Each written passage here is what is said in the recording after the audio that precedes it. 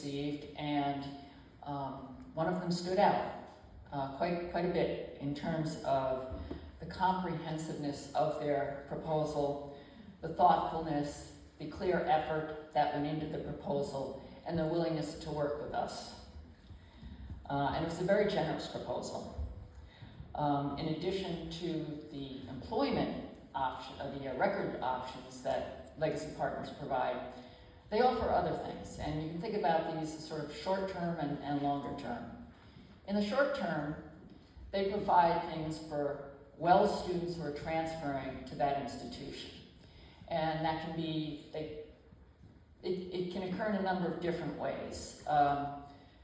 Providing housing, providing options for housing the Wells transfer students together in a residence hall, if that's something the students are interested in doing. Providing students the opportunity to continue to participate on the sports teams that they participated on when they were at Wells. And also maintaining some of the traditions so that they still feel that they as a group have a connection to Wells through some of the many traditions that we have here. On a longer term basis, what you're looking for in a legacy partner is the maintenance of that long-term legacy of Wells and doing it in a meaningful way, a way that will resonate with alums and ideally brings not only the students, the transfer students from Wells to the legacy institution, to have them feel a continuing part of Wells, but even new students coming to that legacy institution to feel that, hey, I understand about Wells and some of these traditions. It's important to me to understand the history of Wells.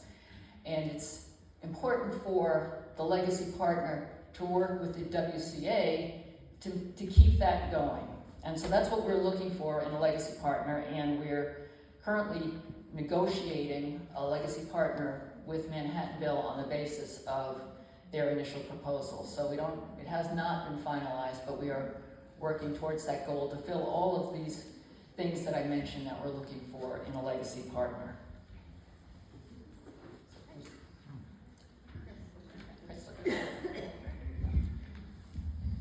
Hi, folks. So I want to share with you a story. One of the responsibilities of the communications office is to answer all the incoming emails to the questions at wells.edu. And our office has been triaging hundreds of emails and phone calls. And I received one yesterday from an alum from the class of 69. Anyone here from the class of 69?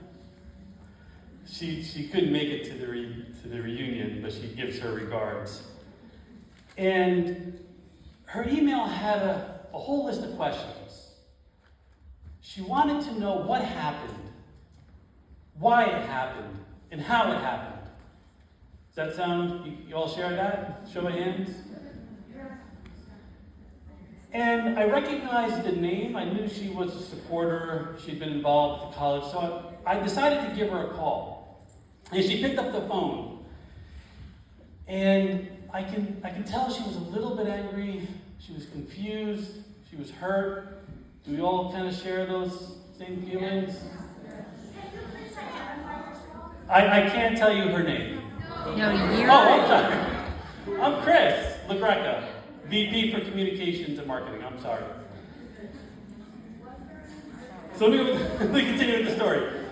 So she went through her questions, all the questions that she sent us. And she said, Chris, I know you can't tell me everything.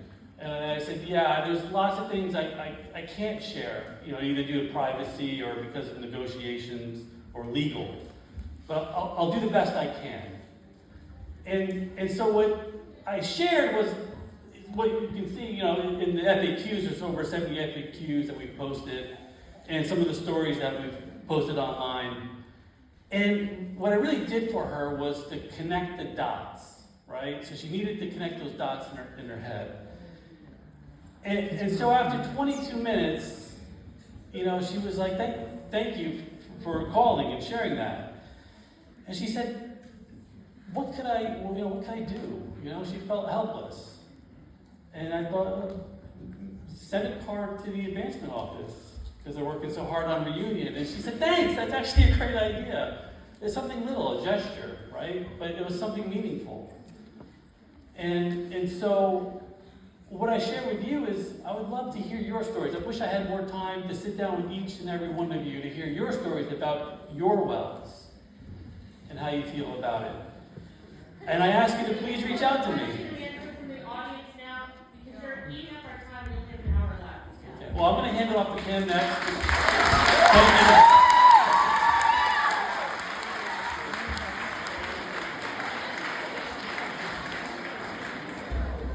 All right, I'll be really quick in my part, but I want to say that I look around this audience and I see so many friends, and people that I've had long-term relationships with, and I appreciate all of the support. My staff has been working hard to get this reunion taken care of and planned. We have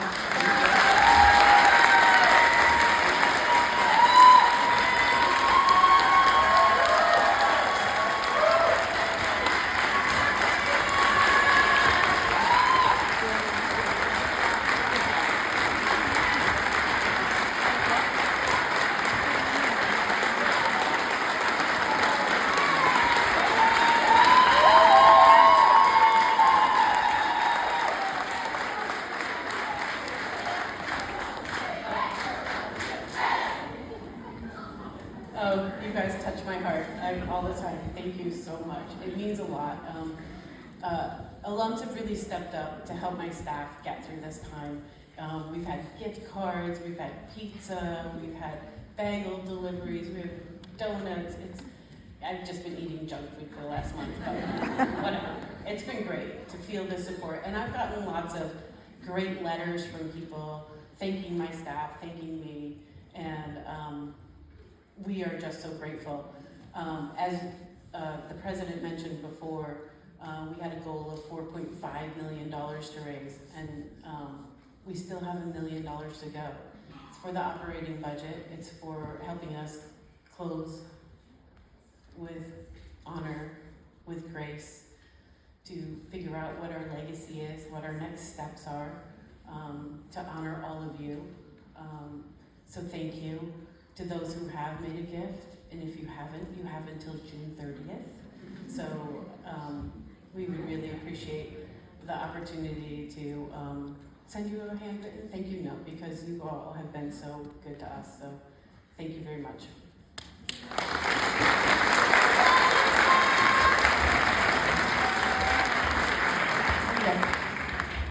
In the interest of time, I'm going to just quickly go through these pieces because I want you to have some information.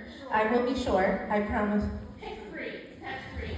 I need to thank some people and make it clear. We've had a registrar's office that has worked overtime. That's Jeremy Kinsman and Melanie Cullen. Also our Dean of Faculty, Jackie Schnur, and also our advising director, Linda Galvado, all have been working on this, along with myself and Dr. Henking. Quickly, I want to tell you, 100% of the students received a roadmap teach-out agreement or a roadmap course model to the teach-out schools. In the announcement and through the first 10 days, we provided 90 plus hours of counseling in person for our students.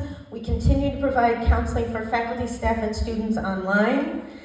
I want to thank a number of our partners, but I'll hold on that.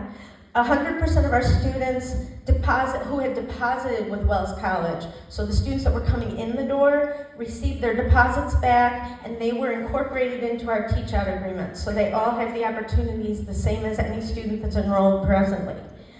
On the day of the announcement, we had 7 teach-out schools. We had 10 by the end of the day. We had 20 by the end of the week, and 18 of them were on campus, so students could meet those places by Friday of the week that we announced. And then we currently now, as you know, have 24. The last piece of this that I want to say is that we provided over $38,000 from our Endeavor Friends, a grant, so it does not impact the bottom line and the money that we're trying to use to help us close well. to be able to provide students with travel funds, with shipping funds, so that anything that disrupted their schedule from planning to come back in the fall, we made sure that we were covering that. We've covered the cost of the online counseling through August for faculty, staff, and students.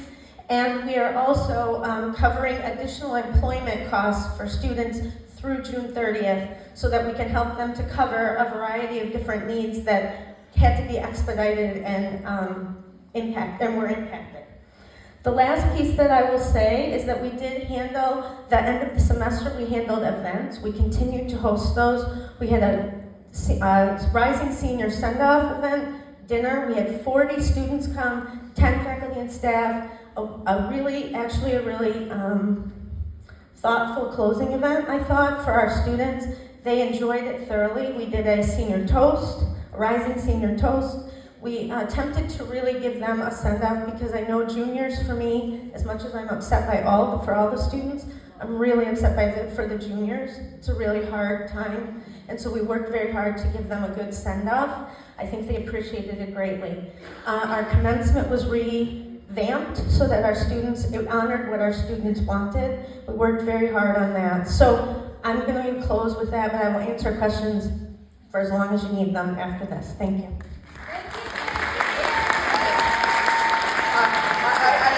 It's like being right before dinner, right? So I want to say why we're talking to you about some of these things, and not just interrupt. Here's why.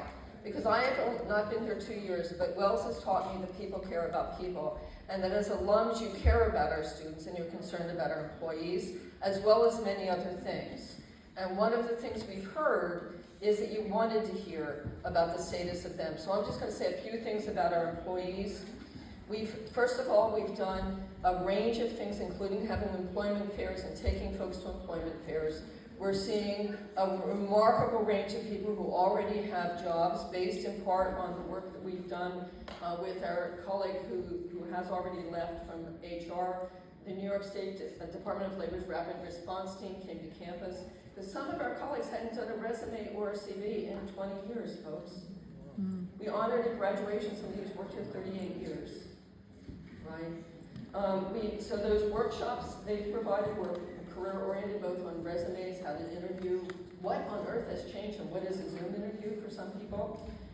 We've done one-on-one HR advising, and we've done in-person and online counseling services for these folks. It's important for you to know that a range of people have jobs already, including members of the faculty and staff, and that they are also our focus, and we appreciate the help you're giving. That those gifts that Pam talked about are partly in support of those people as they end their employment here and seek jobs elsewhere. Today, for example, some of us at Reunion College heard from a young faculty member who has just taken a job at Colgate. So this is a tragedy for all of us. It's a workplace tragedy for many of us, and a student life tragedy for others. And so that's why we're telling you this, because as Wellsians, you have taught me that you care across generations. And now I'm going to hand it back so we can get to, I'm going to keep talking, questions and answers.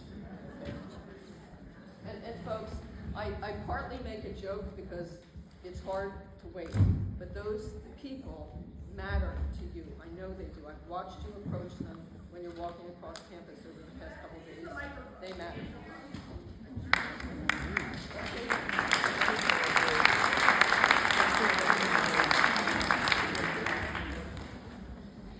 So now we're going to open up to your questions. Terry Martinez is going to come up and help us. We have passed out index cards, and if you'd like to write your questions down, we'll be collecting them, and then hopefully we'll have time for you to ask questions to us. Great, thank you. So my name is Terry Martinez, and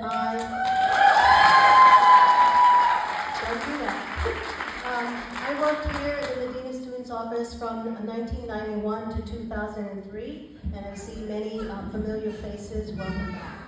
And I agreed and volunteered to serve as the person who can moderate questions right before dinner, what was I thinking? I think I lost my mind. But anyway, what I will do is I will read through the cards, right? I will answer. How do you get a card? Okay. Thank you. We'll make sure you get some cards. I know we're collecting some. Can we make sure folks over here get cards? Yep. Thank you. There were some back there. And I know someone's been collecting those cards, so if you could send those forward, that would be helpful. What I'm doing is just looking through them, and I want to get to as many as we possibly can, but then we're going to also open up to questions. There are mics down here, okay? So we'll try and get to as many. We front-loaded the presentation so that we could answer, hopefully, some of the questions that you had in mind. So it looks as though, and thank you for your patience, I appreciate your kindness as I try to quickly read through some of these cards.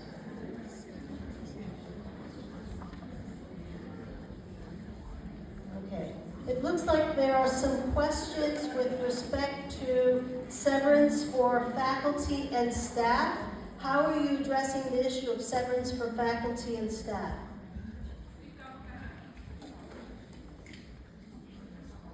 Would someone like to take that, please?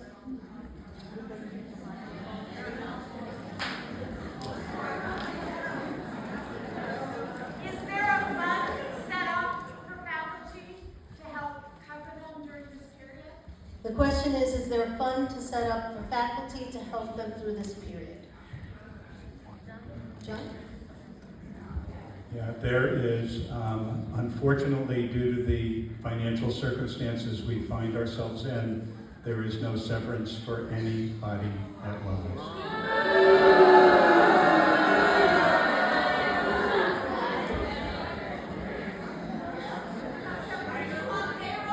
Okay, the next folks,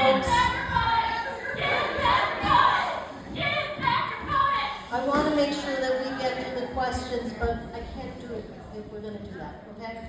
All right, folks?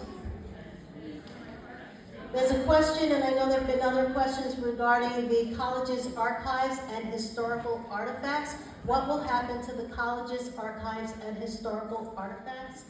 Can someone take that? Susan? I need a mic. Wait, I'll come over. Thank you very much, sorry. So if you can't hear, wave and yell when I'm up, because I can't quite see you all. There are three things happening. One is an inventory of everything we have, right? Some of those things, like a particularly ugly painting that isn't worth anything that's in my office. One thing will happen to that, right? The Attorney General owns them. Then the historical things, both of sentimental and other value, there will be recommendations made through the WCA and others about where those go. You heard a little bit about that from Jan. The archives themselves, Tiffany Raymond, who many of you know as an alumna, is working through dividing them into, we have 300 linear feet of this, 300 linear feet of that, a lot of theses, and how we're going to make some judgments about where those go. It's worth you knowing that there's several of you who, and I'm not, some of them may be in the room, who volunteered, who are professional archivists, who will be reaching out to over the next couple weeks to try to help us make those sorting decisions. There we go. Trust me, we need help. And that kind of help is going to be very important to us. Some of the items we are discovering are not here. How many people are here from the class of 1964? There you go. Did you know we loaned things to us?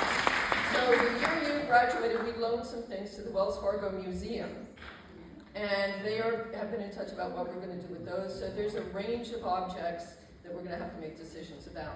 And you will see a place to chip in information and desire about what you want to happen to these things, because we need your help. Thank you. And also for those of you who are more technologically literate than me, it's called a QR code, who knew? And that's the other way to get to the form that will help you make suggestions. Thank you. I got this one. Okay, I have a couple of questions here with respect to contacting alumni. Why were we told that things were okay to learn the college was closing? Why were alums not warned sooner?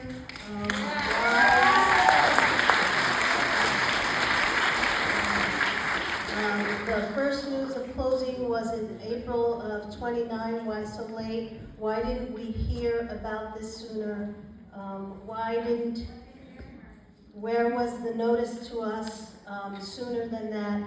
Why didn't you reach out to alumni sooner than that? So the general tenor is about timing and reaching out to alumni for, to let them know that we were in trouble.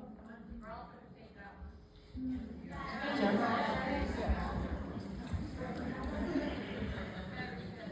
We all were working every day to find a path forward, and what I said to you earlier was true. We had a potential articulation and transfer agreement, and when we began to build the budget for fiscal year 25 next year, beginning July 1st, we realized we would not have sufficient enrollment to be able to sustain the college. The financial circumstance that Wells College faces, I said this earlier, is not new.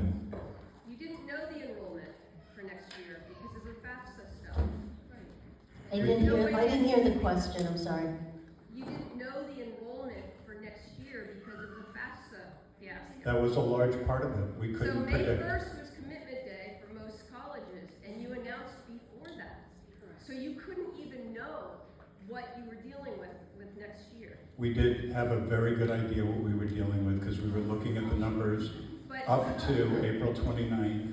you Yes. cited in your opening statement that because of the AMDA deal, well, now it doesn't even sound like that fell through. It was just delayed. A decision was delayed till after June 30th.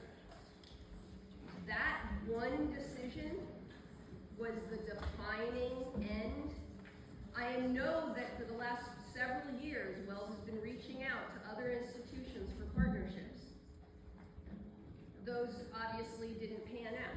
So now you get to the point where the AMDA agreement is the crucial moment, on top of not knowing what enrollment was going to be next The year. AMDA, lack of approval by the Middle States Commission, the Well, it had, you said federal that they had financial decided aid debacle, before. You said the Syracuse University Pathways Program, which brought us in over $3 million of revenue over several years. Those numbers had declined quite a because bit. other institutions were doing that. We were working hard to try to project and predict our enrollment for next year. And we had 325 students on this campus this year. We needed over 500 students for Wells to be fully financially sustainable. And we had not accomplished that for a very long time. Since the year before you were funded. Not where I'm pretty close. Okay, we got,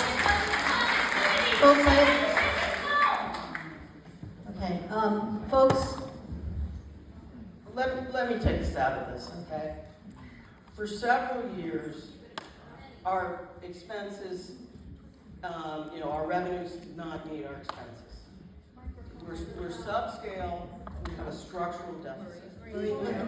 We're subscale and we have an ongoing deficit, okay? And may I please finish my statement? It won't take long, I promise you. So as we looked for ways to cover those gaps, we knew we couldn't do it just through cost cutting. We couldn't do it through raising more money from generous alums. We were already getting a lot of money from all of you.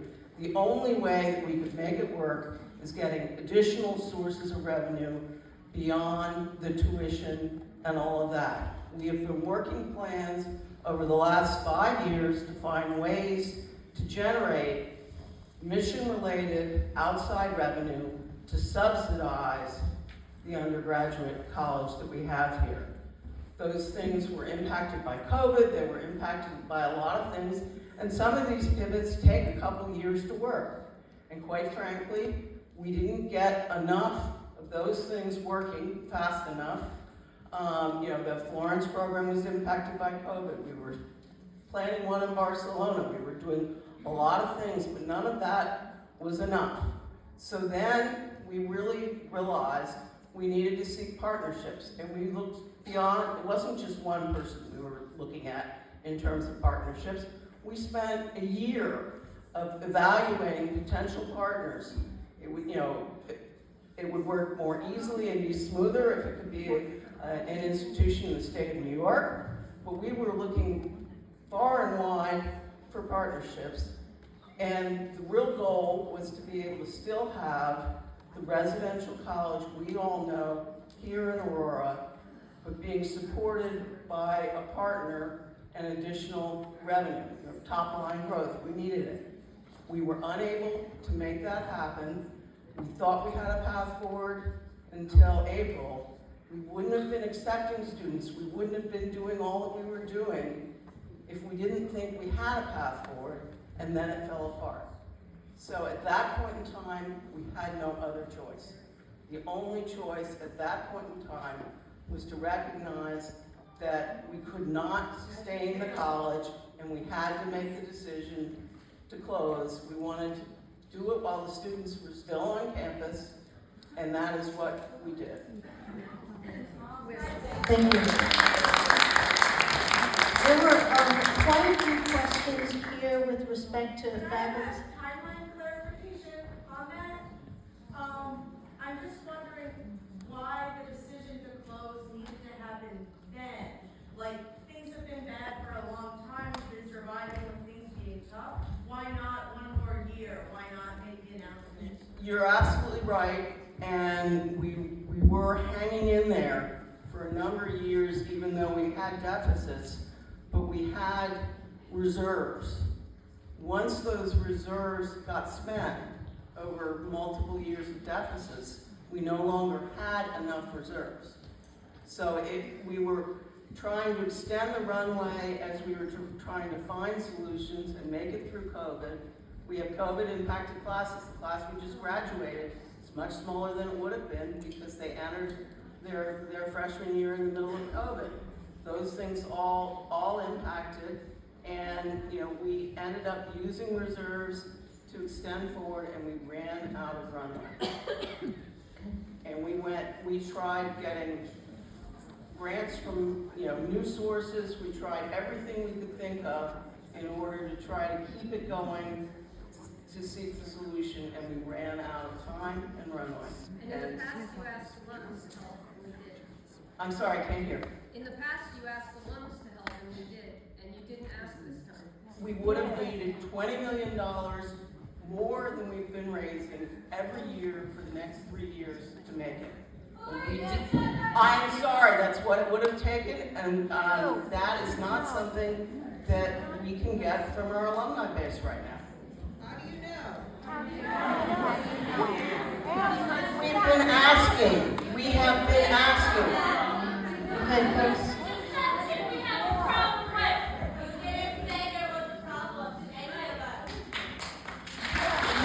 If we had told you that it was possible we would have closed, it would have been a self-fulfilling prophecy.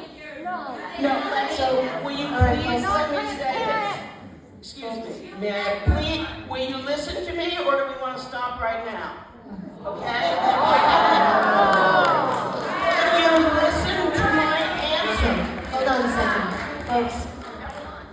If you don't want to listen to We my want to answer. give you the answers, they're not answers you'd like, I understand that, but we are trying to get to the questions, we are trying to get to the answers. I think what Maria was trying to say was that in the past, we've never raised the amount of money that we needed to fulfill what we were gonna have in order to move forward, ever in the history. The number of students that we were gaining each year would not cover the financial operations of the institution. And in addition, if we announce that, hey, we may close again, give us your money, the exact same thing that happened several years ago when the college announced that we might potentially close would have happened. This year, we graduated 73 students. Why? Because students left when they thought that the college was going to close. That would have happened again. We know that would have happened again, and it would have been a long, not a very long, a downward spiral that would have forced us to close much, when we couldn't even sustain, right? So we would have asked students, there was no good time to announce. We would have asked students to come back and close mid-semester. We would have asked students to come back and close at the end of the semester, right? So I think every due diligence occurred as we started to play out these scenarios. There was never going to be a good time to announce that, okay? I never got a card to write a question. Okay, there are cards out there to write questions, and I want to make sure we get to a lot of them. You got a lot of questions, and I want to be mindful of time. I want to get to so many of them. If we don't get to them, I want to make sure, Chris, that we collect these and that we post the questions and we post some answers to them. So can we do that? Okay. There were several questions here with respect to faculty and staff about their homes, whether they have to move out of their homes, whether they qualify for unemployment benefits, what happens to those who live in college housing. Susan, can you answer that for me?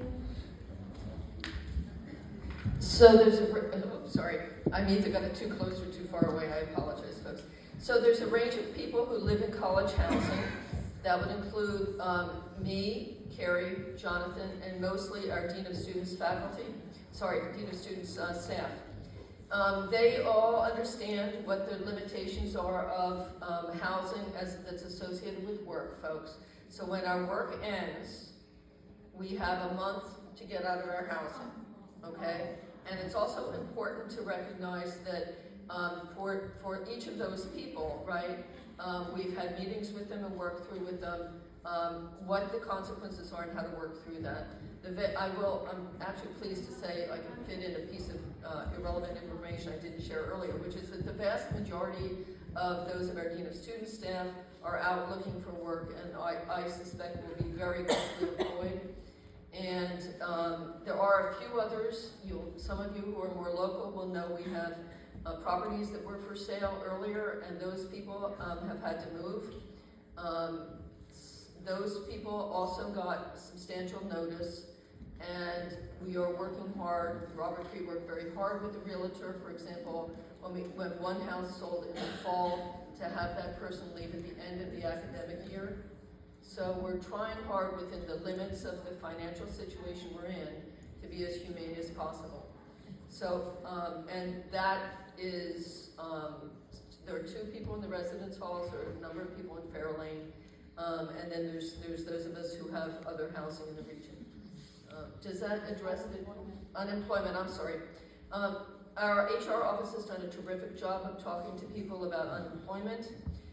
What is relatively less known by them are some of the rules about that, right? You can't turn down every job until you get the perfect job and remain eligible for unemployment. But when the Department of Labor Rapid Response Team came, they worked with individuals on how to apply, what their eligibility was, and all of those aspects to try to make sure that people who aren't as aware of the need or the possibility were aware of the need of the possibility. And that's true also for ongoing healthcare. They work with them about that, and they work with them about the range of things they can do to take care of themselves moving forward. Okay, thank you, Susan. I think the next question is for you, perhaps, as well. The question is with respect to our legacy partners and Manhattanville. There are several of them here, and the questions are generally like, what was the process? Why did we select them? Why wasn't Hobart Williams Smith selected as a legacy partner? What happens to our endowment? Does that go to Manhattanville? Can someone talk generally about I know you talked a little bit about it before, Jen, about the process, but a little more color to that, if possible? Yeah, there's not a lot of color to add to that. We can't, for confidentiality reasons, talk about who the other potential legacy partners were. As I said, there were several possibilities. And the decision was based upon the proposals submitted by those institutions. And proposals go out? There was a question about the timing for the teach-out plans as well. I'm sorry, what was that? The timing. When did the proposals go? It was after we had the initial, I believe it was after we had the initial teach-out partners selected and we knew who those were, and that's it. So for a variety of reasons, places, so I'm going to answer the question, but I want to mitigate one of the possible risks of how you'll hear me. Okay? And I'm serious about that. When you're engaged in some of the discussions that were earlier discussed, you have... Folks, let her speak, please. When you do a complex substantive change for middle states, which is associated with what others talked about in terms of AMDA, you have to have teach-out plans. So the timing of our initial asks for teach-out plans was very early because we were seeking a partner. Just give me a minute, I just wanted to mitigate that because we did not originally do these with the notion that we were going to get to today. So the very first ones were early in the fall, and then the very last one signed of the 7 was April 28th. So there was a range of time across this, and then in the context of any, remember I said umbrella teach-out plan, and then these teach-out agreements. If in the submission of the umbrella one, you have to have a place where your transcripts go. So you have to, as you start this process of identifying your teach-out partners, I know it's really stupid to call them both the same thing, but that's the government for you. You also must identify someplace to take your transcripts. Because remember, the core of this is taking care of student records and students. So the very initial conversations about a potential, it's sometimes called legacy, it's often called final repository, occurred sometime in February. That's when those started to occur. That was many times before a different cabinet. I don't know if you did it in 2003. I mean, February of 2024. Okay. So part of the other question had to do with the endowment.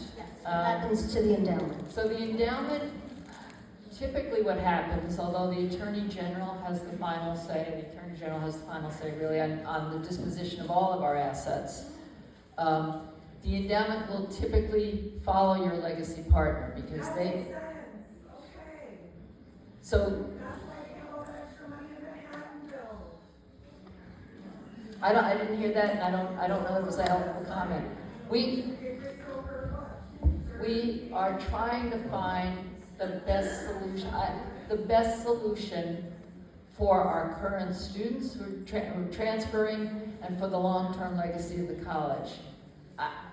I don't know how else to answer that question, and because it's a partnership. It's a partnership between Wells and the legacy institution, and for what they are providing, there's a desire to also get the endowment assets. And they would adhere to the requirements of all the underlying funds in the endowment. So that's why I talked earlier about that we are negotiating now with Manhattanville, and we're laying out trying to understand exactly what they'd be willing to do, and on their side they're trying to understand exactly what would they receive from Wells as part of this process. Now, I don't know if that question included other assets. No? Do we have a personal connection to Manhattanville? Is there a personal connection, someone on the board, someone that came up with this school out of nowhere? The question is there a personal connection from someone up here with Manhattanville? There is none. There is none, Sandy. So where did they come from? Again, we sought out partners. They were a teach-out partner, and they submitted a strong proposal. Did you meet? Did you all meet with the teacher? To continue Wells' traditions, given that we have no relationship with them? The question was it reasonable to ask Manhattanville to continue Wells traditions if we have no relationship with them? So we don't actually have a relationship with any of the other institutions right now. We're looking to see how many of our students might go to Manhattanville and how many might go to some of the other Teach Out partners. Yes, it is reasonable for us to assume that they would work with us to maintain the Wells traditions.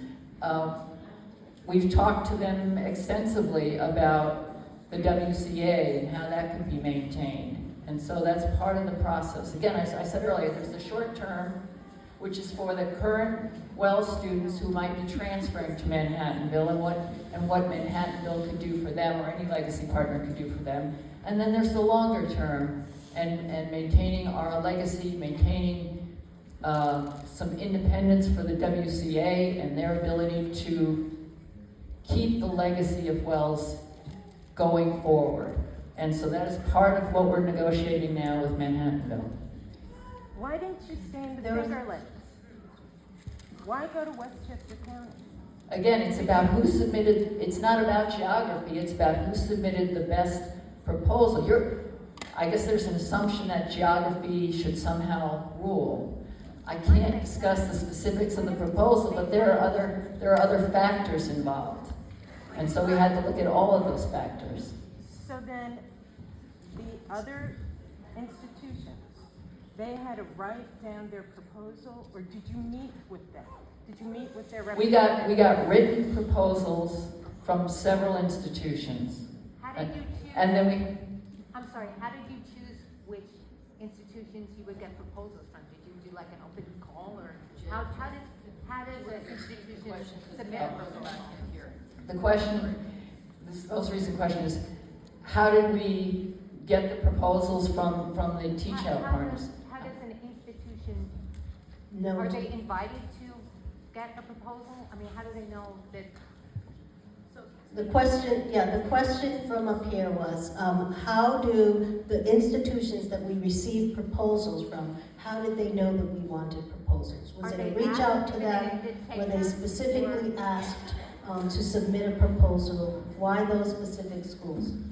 So what happens when you call somebody and you say, hello, in the abundance of caution or for these reasons, we're going to enter into, going back in history for a minute, the Teach Out agreements.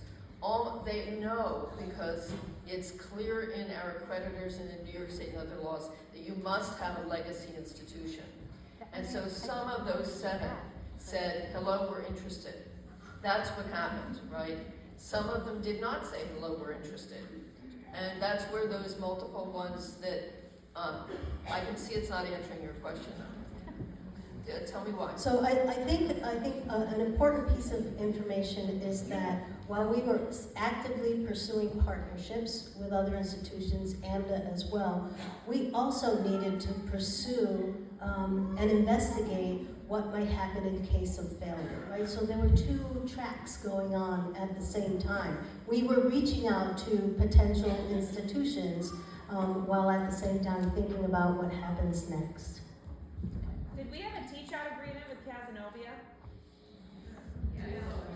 Yes, we did. We were one of the ones who ran towards them. Because of something that's changed nationally and in New York State, you must attest differently. The accreditors in the state make a judgment of whether or not you're financially stable enough or not. And by the way, Middle States and others made judgments of everybody who ran towards CAS, right? So it's worth knowing that they only use a very small snapshot. Having said that, our CAS students were remarkable, by the way. They stood up and they offered a panel to the rest of their Wells students to say, this is how it's like and this is why it will be okay. And this was their 2nd time, 4 of them. And that was, by the way, because of Carrie. Because they trusted her enough to say, will you help me do this? I have several questions here, Gerard, that I'm going to throw your way. They were with respect to recruiting 500 students.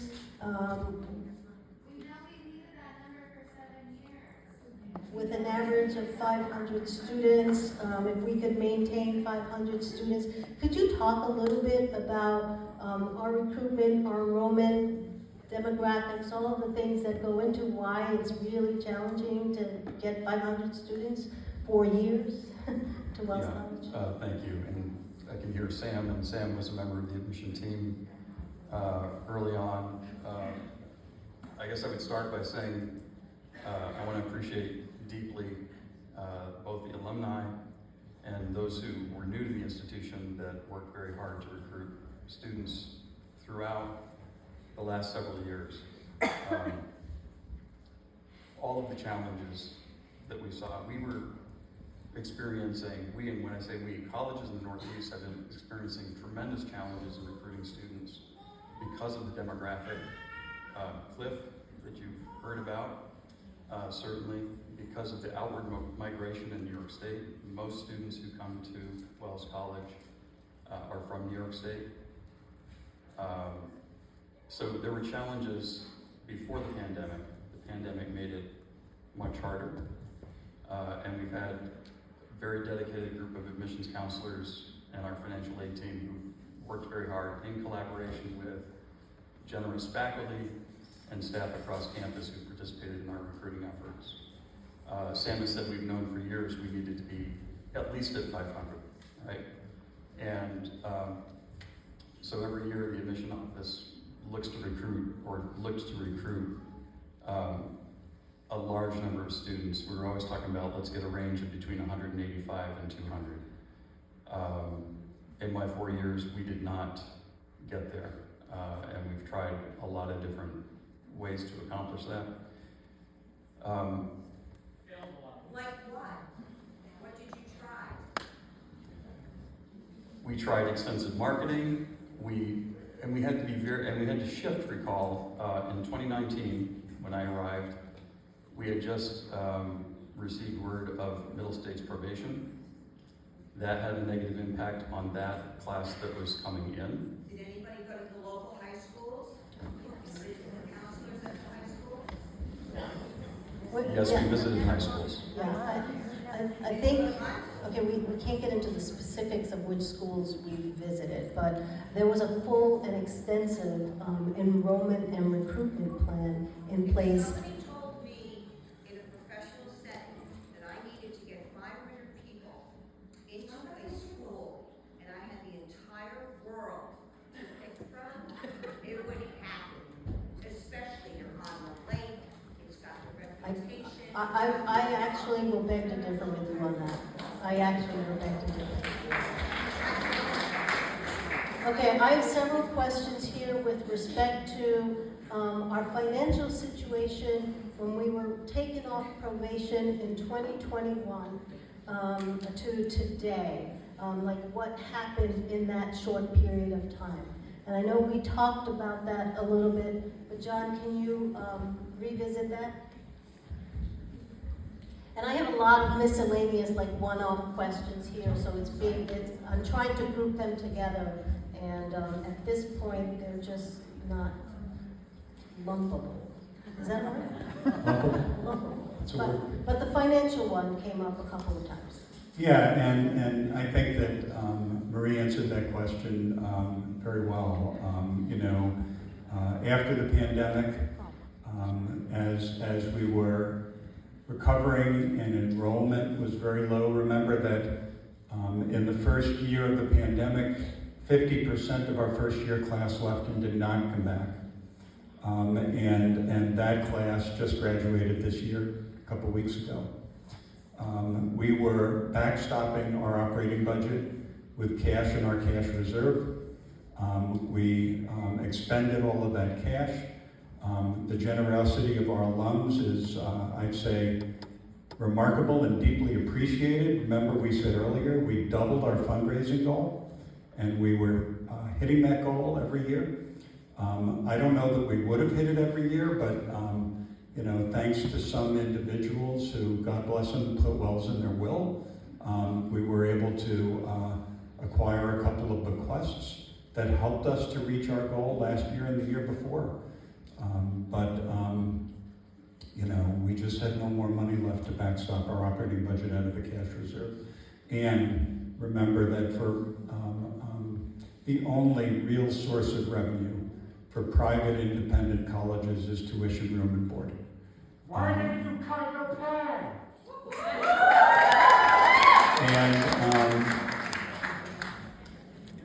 And grants and fundraising, those really are the only sources of revenue. No, I'm not going to address that. Yeah, folks, we're not going to address the president's salary or his contract because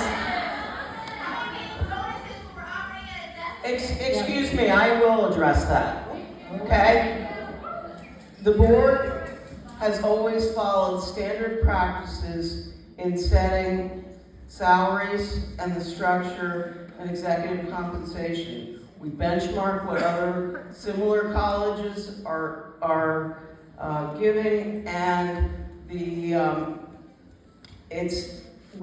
that's really all we can say, but I'm sorry, it's benchmarked, and the bonus information is historical. It's 5 years ago. It's not been in recent years. But if you were talking about things that the benchmark for the president and not the rest of your staff. We were benchmarking faculty salaries and actually increased them to make them more competitive. We were looking at the ranges of staff versus faculty and all of that. As any organization will, you have to look at your compensation plans, and we did. I have a couple of questions here with respect to the properties that were sold. What happened to the money the college got from selling those properties? What happens to the property, the funds that were received from the property? So the funds that we've received from selling the off-campus real estate have been fairly significant, and they've been used to go towards reducing the deficit.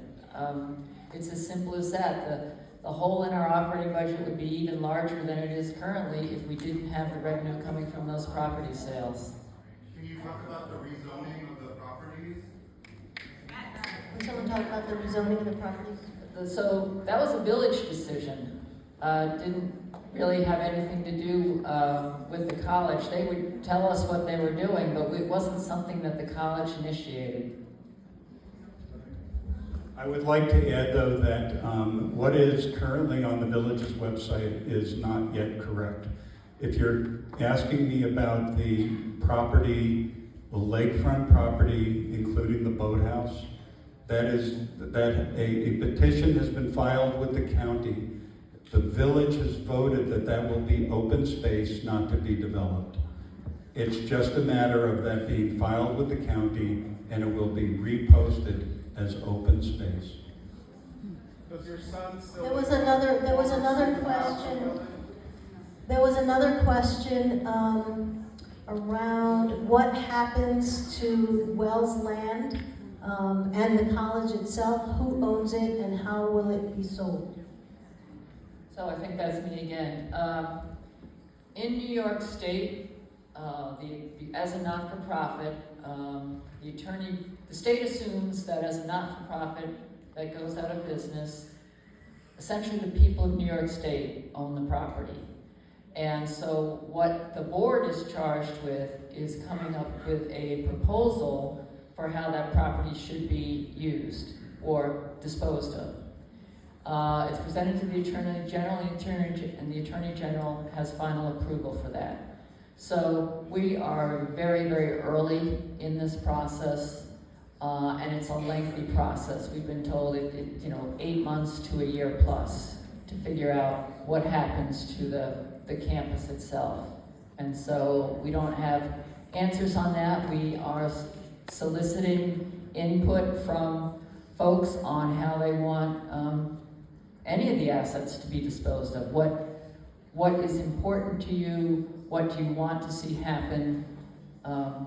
What would you not like to see happen? So we are accepting those comments from you. Thank you. There were a couple of questions here with respect to Middle States again that I didn't capture the first question with respect to Middle States. What are the next steps? What are the next steps for the college with Middle States? And, yeah. So the first thing that happened was our attorney notified them, April 29th, I think, I can't remember, sorry. 28th, sorry, so right before we publicly announced. Then we submitted a thing called we submitted a series of forms, and the full teach-out plan, which was about 500 pages. Then they've asked us a series of questions, ranging, that are very detailed in response to that. And that is due June 6th. Jeremy Kinsman and I spent most of the day today and yesterday working on aspects of that, so that's our next step with them. It's important, I'm going to answer a question you didn't ask, which is what is the relationship between our accreditor, the New York State Department of Education, and the federal government? Because they all have opinions, and they're not all, and one of the things that's happening is Middle States needs New York State to approve before Middle States can approve. New York State needs the federal to approve before the New York State can. And it's a vicious circle, not a virtuous circle. So it's going to take us a while. This is true for everybody facing this. And I can tell you I've done it in the South, I've done it in the Midwest, in very different contexts. There's a lot of bureaucracy involved. If you file your own taxes, you know that. So the next step is they will get this list of things from us, of answers, and they will come back to us and talk to us about those answers. They will continue to approve our teach-out agreements, is part of the next step, and they will also determine when is the last moment when we can accept or award credit. We are still awarding credit through June 30th, and then we will be accepting credits until at least the middle of August, because we have a few people we're trying to finish who just need a few things here and there, and that's called accepting credits. So those are the next steps. And the most notable thing about Middle States is distinct from the other two, is they're a voluntary organization, folks, but they publish everything publicly, whereas New York State and the federal government don't. So you'll see some of the things, but you won't if you go to these websites, you won't necessarily see that part of our answer is you have to ask New York State. So those are the next steps. I just want to ask a Thank you. follow-up question to that. So Sure. Middle States has reported that the college didn't follow proper closure protocol. Um, What was the college's communication timeline on that? What were the potential delays that would Sure. make Middle States say Sure. that you didn't I'm just going to follow? repeat the question for folks in the back. There was a question with respect to Middle States and the protocol and process, and that there's something out there that says we haven't followed The process. Middle States website has posted Right. that. Right, was so- not following protocol. Answer that, I'd like to clarify that I believe it specifically says on the website that it's a violation of their code of ethics, the way it was handled.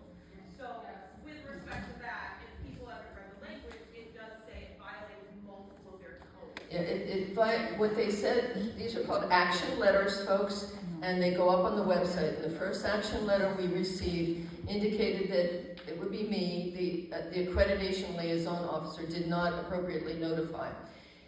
Middle States is in the midst of a change, and that is whether or not your attorney can notify, or the ALO, that's me, needs to notify. So our attorney notified, and they were in the middle of a change. We thought we were following the procedure that, for example, CAS followed, and they are shifting the policy as we go on. Now, once they post an action letter, they're a little bit like a faculty member who posts a grade. They get a little stubborn, right? So the person who's a functionary below somebody else can't just take it back and say, oops. So they sent us a whole range of things. It's typical practice to ask a bunch of questions, but that part it's a snafu, and it is really a snafu.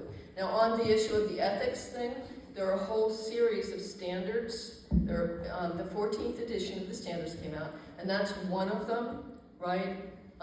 There are a whole lot of them, and they have to do with the following of your own bylaws and some things like that. So when we filed the first thing I talked about, right, that one had to address all those standards that they thought we were in trouble for. And then the questions that came back, by the way, and there's another action letter up there, folks. They took us seriously on those standards. They have weedy little detailed questions would be my interpretation of it, folks. The reason this matters, right, is there is another thing that affected us, which was we had another thing in front of them, and the thing we had in front of them was the thing John was talking about around online Bachelor of Theater. So we had just submitted something several months before, and there was some confusion over why was this thing over here in the institution and this thing over here. But by the institution, I mean Middle States. So they were right and wrong in the same way I was right and wrong in figuring out that, in trying to decide whether Frank Patty, who does this for a living, who's one of our attorneys, should submit it or I should. So that's why, folks. And I'm sorry for its implications for people. I'm sorry to interrupt, but I have to. Their review was a considerable review, clearly. Correct. And clearly, you're minimizing a lot right now. Yes. Your staff and faculty have been treated appallingly badly. That was part of, you haven't covered that adequately at all. You haven't planned for that at all. The closure is what you're rebuked for because it wasn't adequately planned closure. And I know that affects the students enormously. And you can,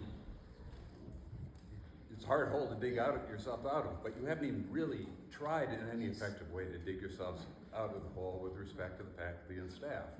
And I'm going to follow up with Carrie and respectfully disagree with you on that. Pardon me? You needed a rapid response team for the Department of Labor. It's been said that there's never a right time for this kind of information, but you think that that's appropriate, that no one gets any notice? I think the answer is that we notified faculty and staff as soon as we could. Again, that's not a satisfactory answer, and I understand that. But we notified the faculty and staff as soon as we could once the decision was made.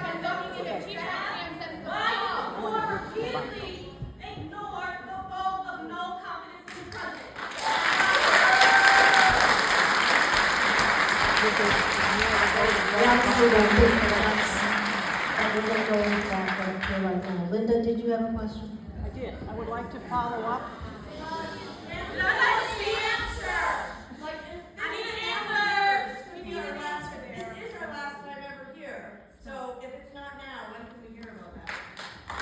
Yeah, again, I think Marie tried to address that earlier. We're not going to go into HR issues. We're just not going to do that. Linda? I would like to follow up. Can we? It's okay. Linda? But if you're ready. That's okay. I would like to follow up on the land and community issue. Many, I know, widely share the concern to keep the historic archives and artifacts in Aurora, and this is a people issue. To illustrate that, I want to add that this is a concern for the interests and moral rights of the traditional Cayuga people through the 10 chiefs and clan mothers of the Gayagohono. Wells possesses artifacts of significance to them as well, and possibly subject to NAGPRA. In addition, they are deeply concerned about access to the lake. This is a concern shared by many of us, including the farmers market. They are concerned about the peach trees that they planted after June 30th.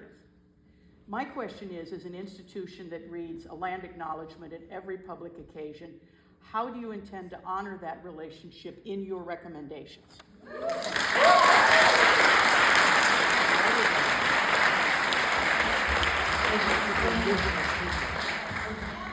So there actually is a short-winded answer, which is when a recommendation goes in, it has to attend to various stakeholders. And so we've heard quite loudly, as by the way has the AG and some others from various people, about the Village of Aurora, about various of the populations you just talked about. And the AG will make judgments based on both the institutional recommendation, which should come with as much input as possible from everyone who's a stakeholder, and they will make their own independent judgment. And so as an example, there's clarity that the Village of Aurora papers belong to the Village of Aurora. We're storing them because the Village of Aurora, at least according to what's in writing, and I'm a newbie, folks, is incapable of taking care of them. So once they figure out how they can take care of them, those, in my view at least, but I'm not speaking for the Attorney General, much as I want to meet Letitia James, that will be her judgment whether or not they're capable of taking care of them, or they have to go elsewhere, whether it's our legacy institution or the New York State Historical Society. So all of those stakeholders have to become both sources of input and sources of recommendation in order to allow the person who's going to decide, whoever it is at the Attorney General's office, to make a judgment about the best disposal of those things. And that's it for what we know about this. It's going to take us a while to know more. Will you reach So we out? have to Will you submit reach out? Yeah. I'm sorry. Will you reach out Yes. rather than just expecting people to write to the Attorney General? Yes, and that's why this is here for this Okay. particular set of stakeholders, right? But there are other ways in which we're required to reach out to get input, okay? Okay, thank you. So I'm Sure, really thanks for the mindful of our time. We have come to the end of our time, and that might be a good place for us to stop. There was a question in one of the cards, what are you asking us for input about? And those are exactly the kinds of things that we want. We want to hear your feedback on, and your thoughts and ideas about the artifacts, as well as the documents, as well as the space. There will be opportunity for us, in addition to this QR code, to gather that feedback from you in different ways. Please submit your thoughts and ideas and recommendations, because as we put together a plan for submission, we're going to take those into account. Okay, this just in. The WCA meeting tomorrow will also be soliciting feedback and recommendations so that we can include those in our plan for moving forward. Thank you, folks. I wish you a wonderful weekend spending time with each other and enjoying the beautiful space that we have. Thank you.